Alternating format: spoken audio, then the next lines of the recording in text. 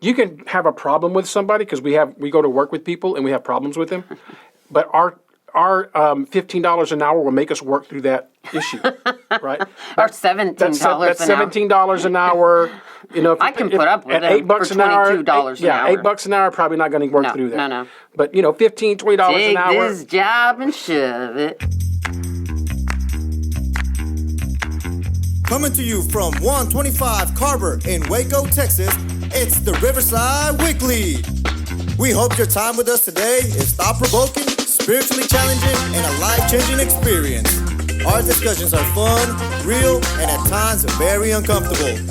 We highly encourage all of our guests and listeners to like and subscribe, and please ring the bell. Now, here are your hosts, Pastor Cello and Pastor Mia.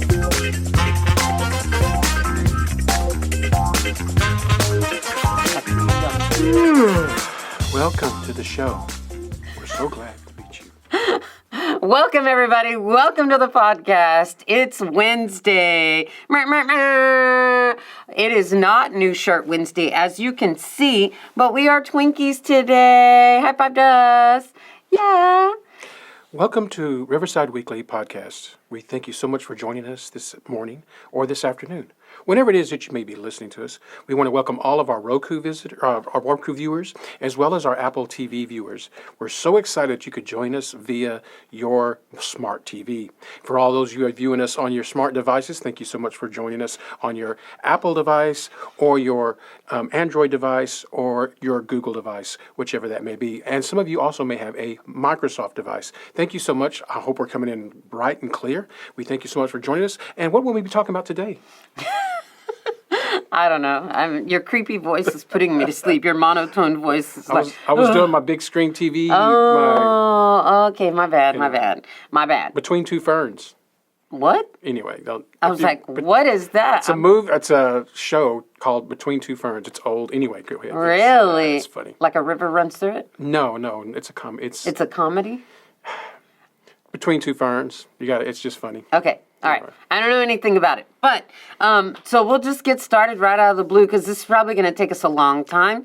Well, I always say that when I'm driving, I'm always having thoughts. And I want to call this, How Do We Know? I know we talked about some other things, right? But as I was driving, I was actually questioning, which as I do, I would just have conversations with God in my car because it's just me and him driving. And we're just like, hey, what's up? Nothing. How you doing today? Nothing. Me doing good, Lord. Even though I had a bad day yesterday, whatever, type thing. That type of conversation. I mean, it's okay. You don't have a conversation like that with him because you don't have a relationship with him like that. You can't say that. I mean, I'm just saying, me and God... That's very... No.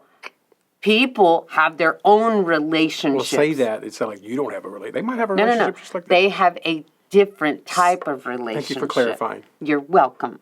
Because remember the pastor story that he said he was cussing and screaming all night long. He was like, wow, was that a phone call you were on? He was like, no, I was talking to God. He was like, I don't talk to God like that, as you shouldn't, because you don't have a relationship with him like that. So, anyway... As I was saying, me and Jesus were having a conversation, and we were just talking, or me and God were having a conversation, and we're just talking. So was it Jesus and you, or Jesus and you and God? Me and God. And me and God were talking about, I always have this thing where I'm always asking questions. Asking all them questions is what he be telling me as I'm driving, because I'm very inquisitive about it. Let me tell you how it happens, really. I want to know the question. Okay, wait. I'll be driving and I'm thinking of you, many of you, as you are watching us, and God will just put somebody in my heart and I'll immediately be thinking about them and praying for them and their life and whatever situation is going on.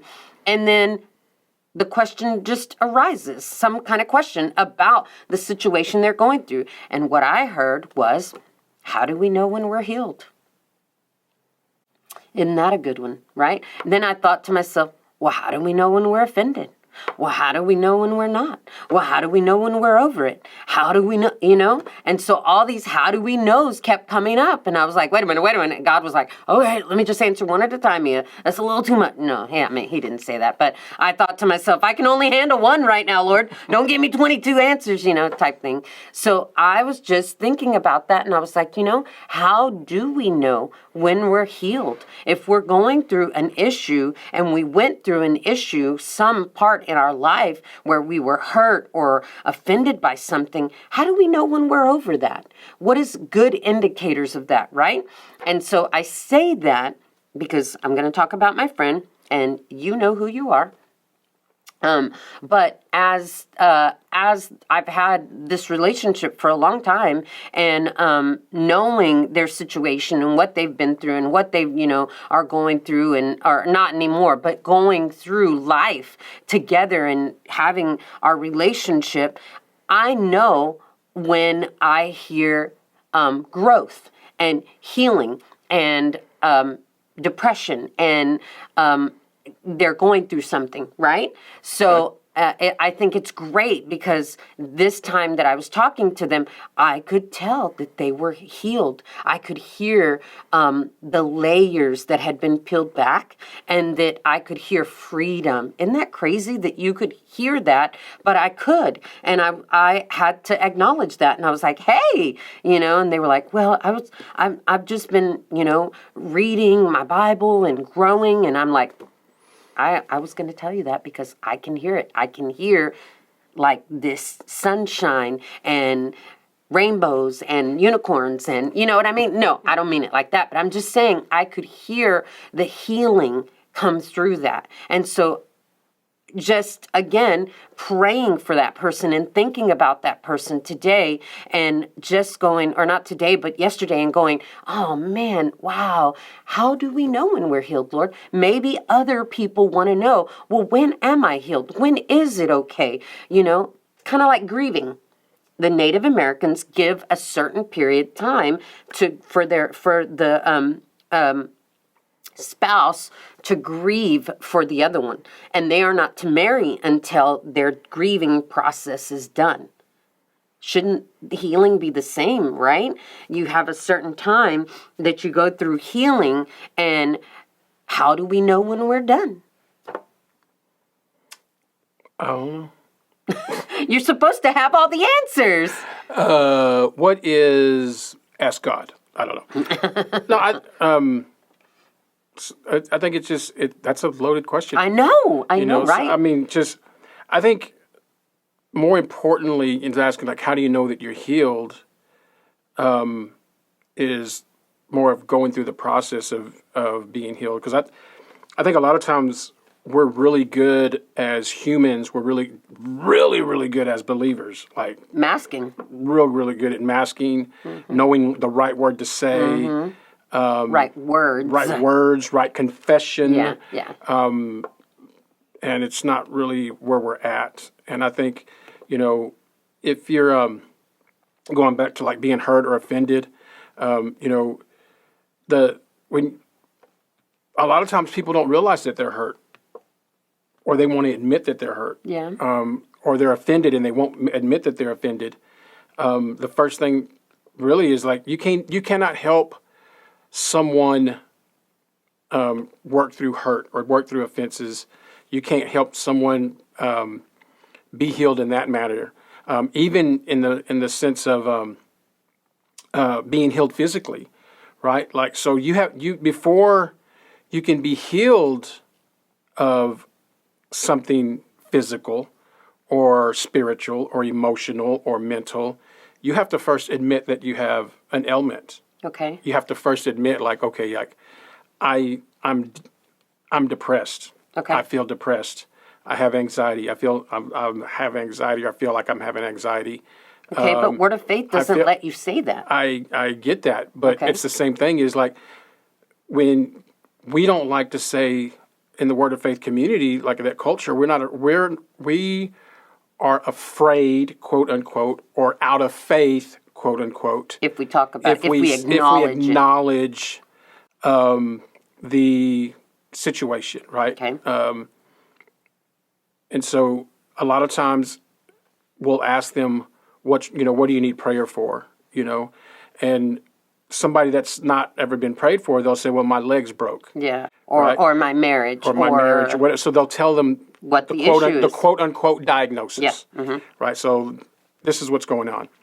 But somewhere in there, in the translation, it's lost. So if you don't ever know what a bad confession is, if you don't know what it means to speak out of faith or not in faith, then when you come to God, when you come to Jesus, when you come to the Holy Ghost, when you come to somebody in part of the body that you need prayer, you literally come to them, man, pray for my marriage, man, we're on the verge of divorce. Pray for my leg, I broke it, or I got a cyst on it, and then, or a lump, or lump it, whatever, like whatever you're praying for. Like they said, I had cancer, or gout. I have cancer, or I have gout, or diabetes. Like we say, they say this, right?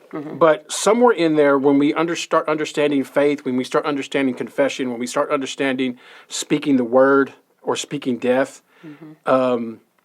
we lose the ability to confess our sins or our ability to admit the facts or the situation or the mountain, right? Okay, which we've talked about this before. Right. So when you're talking about how do you know, a lot of times we don't know that we're healed. We don't know that we're offended. It's hard for us. It's hard to know if you're healed if you don't know that you're. The what? Gauged. Yeah, it's hard to gauge or know that you're healed if you don't even know that you're broke. Okay, but let's come from the standpoint that you know you're broke. You've admitted it. You've already been processing it and talking about it and praying through it and all of that. Okay. So now, and I'm really talking about my friend. Okay. And you know that you were hurt, you were offended, you were sick, whatever it was. Your finger's turning blue. Oh my God. Yeah, it is. She needs healing. Yeah, I do. Whoops. Sorry. Anyway, so you know that that's an acknowledgement that my finger was turning blue. Oh, your finger's blue. Wow.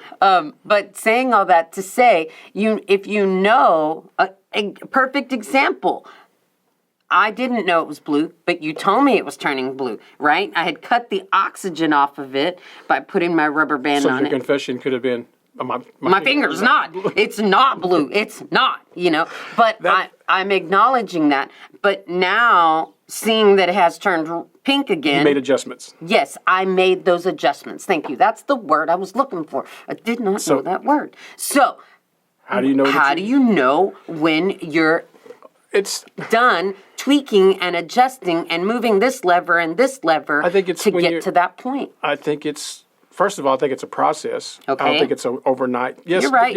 Yes, Years. Well, no. It can be. Well, it can be. I believe it can happen instantly. Okay. Yes. But I also believe it can take weeks, months, years. Yep. I think it's a process. But a lot of it has to do with how much we're willing to adjust, how much we're willing to believe God, how much we're willing to trust God, how much, sounds bad, but how much faith we can muster up to believe these different things in these different areas.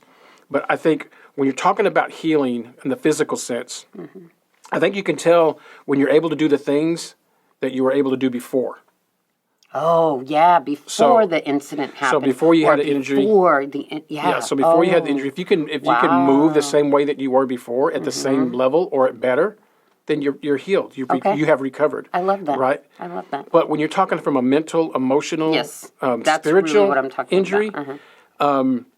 it's hard. You can't see it, so it's not physical. No. It's not physical. You can't see it, but you can hear it. Yeah. Right? So I did. I heard so you can have a problem with somebody because we go to work with people and we have problems with them, but our $15 an hour will make us work through that issue, right?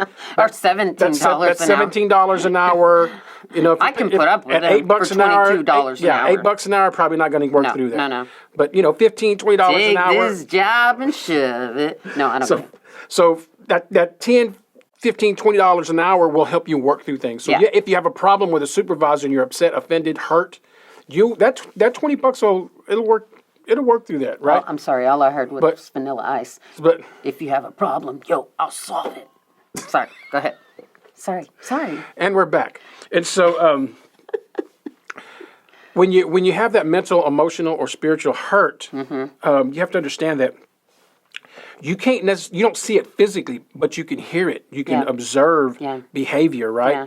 And so going back to what you said, like we are real good at masking things, right? So we know how to act even though our feelings are hurt. We know how to act even though we're offended. We know how to act even though we're disgusted, right?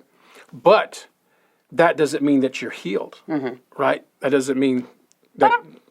What? I was just going to say, but I love the word that we said a minute ago, the gauge, to be able to gauge that. And I think people can gauge for you, because they can see you, especially people that are close to you or, that are true to you. And that's what I'm saying is like, because you do have yes people in your life to be like, yeah, you're fine, you're fine. So you can't see it physically, but you can hear it.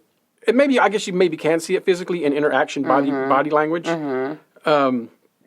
But I think you're right. You can hear it. But you can definitely hear it, like in tone, and attitude when you're conversating. I'm going to go ahead and say yes. You can probably see it physically in body language and behavior.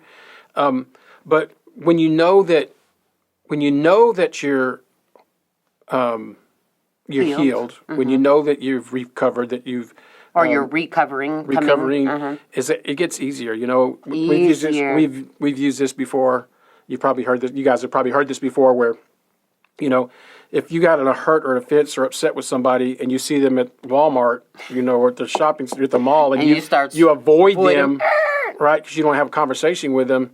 You probably have some hurt there. But if you can walk up and engage, and have a conversation and not feel some type of way, physically, not feel some type of way mentally, emotionally, spiritually, socially, then you're probably healed. But if you still break out in hives when you see them, you probably got issues. I don't care what you say, If you're avoiding them, you probably have issues, And I'm not saying that you have to be a reconciled relationship, because there's relationships that you're not going to ever, that you're not going to come back to. Right. But you can heal from that, and you can acknowledge, you can hide, like whatever. But and there's some people that you'll never be able to communicate with again. But the conversation, whenever that topic comes up, you can hear it in the tone, you can hear it in the conversation, you can hear it in the inflection of the voice, the body language, And so when you have those conversations, it. Right, you're like, what? Or something bother you? No, not at all. I'm fine. Yeah, right? I'm fine. Yeah, it's, fine. So I think the knowing that you're healed mentally, emotionally, mentally, emotionally, spiritually, is when you don't feel sick to your stomach, when you're not physically, when you're not nervous, when you're not having anxiety, you're not cold feeling depressed, cold sweat, and those are all physical aspects, but I'd say probably 90% of it is going to be mental, emotional, and your spiritual attitude towards that individual or that situation. I was going to say, because I'm not really talking about being offended with someone, but I love that you came from that angle too. I'm really talking about self, Well, when you're dealing with your own mental depression negativity and beating yourself up. That's what I'm saying. So and that's more, I think that's more growth than it is healing. No, some of it can be healing. Well, I'm just saying, like, if you're negative, that's more growth than it is healing. Because unless you're negative because of an offense or hurt. So if you're negative, that's what they call fruit of that, right? So the root is bitterness, and the fruit is negativity, right? So negative people come from a root. A lot of people are real bitter.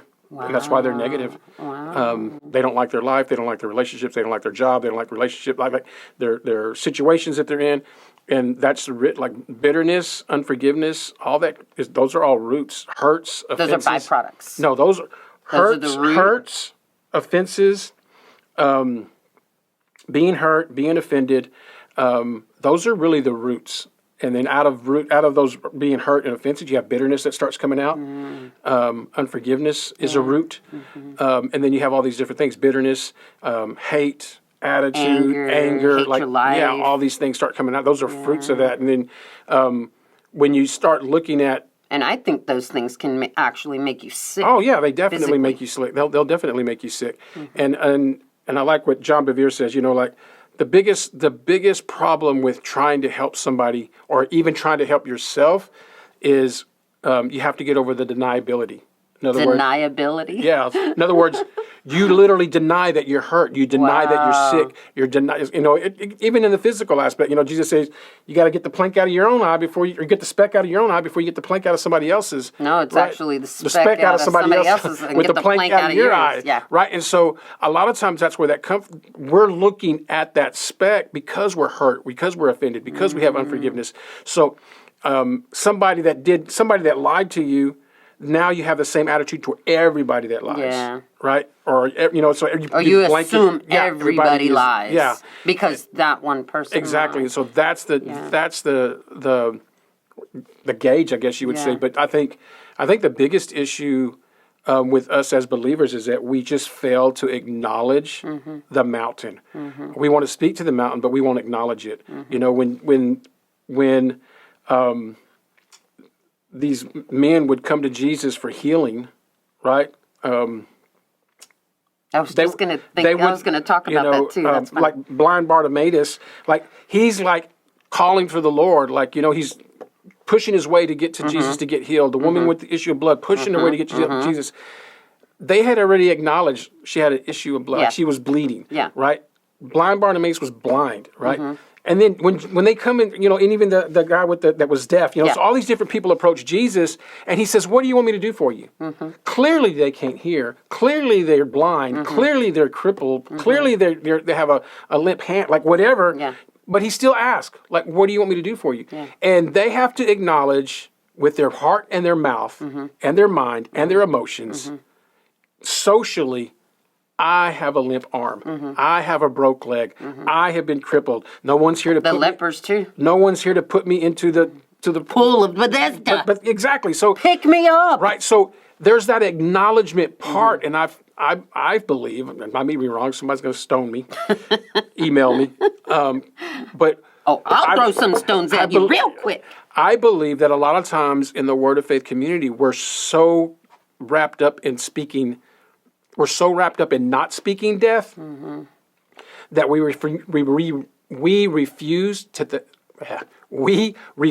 to admit that there is death. Okay. So saying we refuse to admit that there is sickness that needs to be healed. Yeah. But you can't be healed of sickness if you don't admit that you're sick. Yeah. So you can't give forgiveness if you think that you're already forgiven everybody, and you didn't even admit that you had unforgiveness. You didn't admit that you've been hurt. You didn't admit that you've been offended. I'm not offended. I'm not offended. I mean, the biggest lie that we tell as believers and Christians is, I'm not offended. They didn't hurt my feelings. I don't care what they think. And that's all a lie. Like, I care what people think. Dear God. And I'm probably the one person who says, I don't care what they think. And I'm like, oh my, what do they think? Yeah. Point one, being here on this podcast, I'm always worried about what they think. What are we going to say? Email. Listen, if they didn't want to watch anymore, they wouldn't be here. So calm down. That's my thing is, like, until we can admit that we're hurt, offended, that we have unforgiveness, until we can admit that we're selfish, that we're independent, and that we're narcissistic. Until we can admit that, then God can't even help us. That's the whole reason that Jesus came, is so that we can be healed and delivered of these things. But if you don't believe that you need it, then you'll never receive it. Right? That's good. And so, one of the things I shared the other day at one of the services, I was like, I think I shared it on social media, was, if you can admit that you're religious, you'll probably find freedom. But if you constantly say, I'm not religious, you're probably religious and you'll never find freedom. You'll always be offended and everything's going to upset you because they're not as religious as you. Yeah. Honestly. And the whole time you're going, I'm not religious, right? So I think overall, the big way of knowing is understanding that you've walked through that. It's just like when you go to the hospital for a broken leg, broken arm, a stroke, heart attack, like whatever. Diabetes, like when you get diagnosed with that, how you feel before and how you feel now.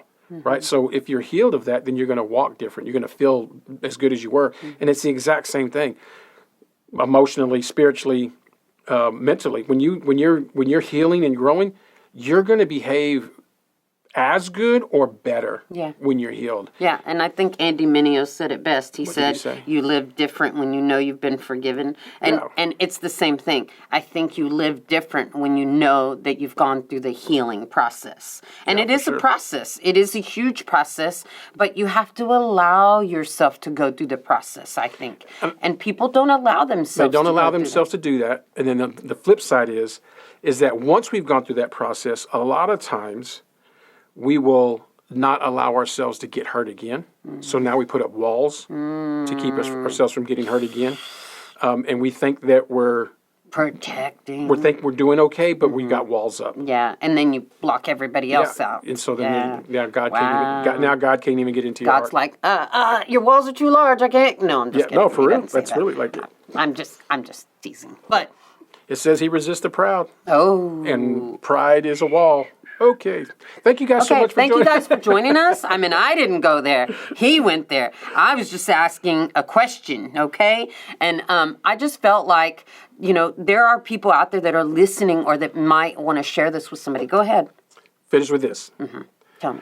You said something earlier, and I just thought about it. So I think the best way to know that you're healed and to know that you're healed physically, know that you're mentally, emotionally, spiritually, the best way to know is when someone else acknowledges that you are. I was hoping you'd say that. Because good job. Because it's like I say, you can work all day at losing weight, and that scale can drop. But it don't mean nothing until someone's like, Wow, bro, you're losing weight. Yeah. You're looking good. And it doesn't really mean a lot when you're growing spiritually, mentally, emotionally, in these different areas, walking out forgiveness, walking out love, until someone's like, man, you're really growing. Yeah. I love that. I love seeing really people grow, and I love to be able to hear the rainbows and unicorns and actually what tell me. I like to hear my little pony, my little pony, my little pony.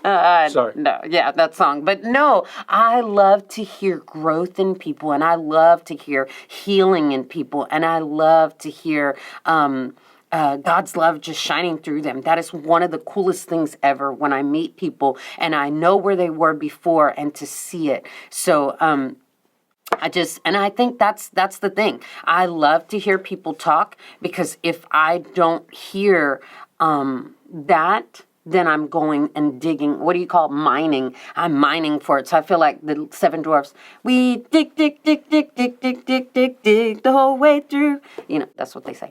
So I feel like that's how we should be. We should be mining in people and finding the best in them and pulling that out. Because they're in a mine and we got to get them out of there, get them out of that hole or the walls they built up, type thing. Anyway, we love you guys. I just wanted to pose that question and just maybe somebody out there is, dealing. Maybe she was talking about you. No, I'm just kidding. I wasn't. And actually, it wasn't just one friend, but it's actually several friends. And, disclaimer. She lying now. No, I'm not. I actually want to learn to be a better friend, and being a better friend means listening. And listening, I tell you what, you say it, and I just repeat it all the time, which is you let people talk, and they'll tell you everything, and then you can, it's less work mining.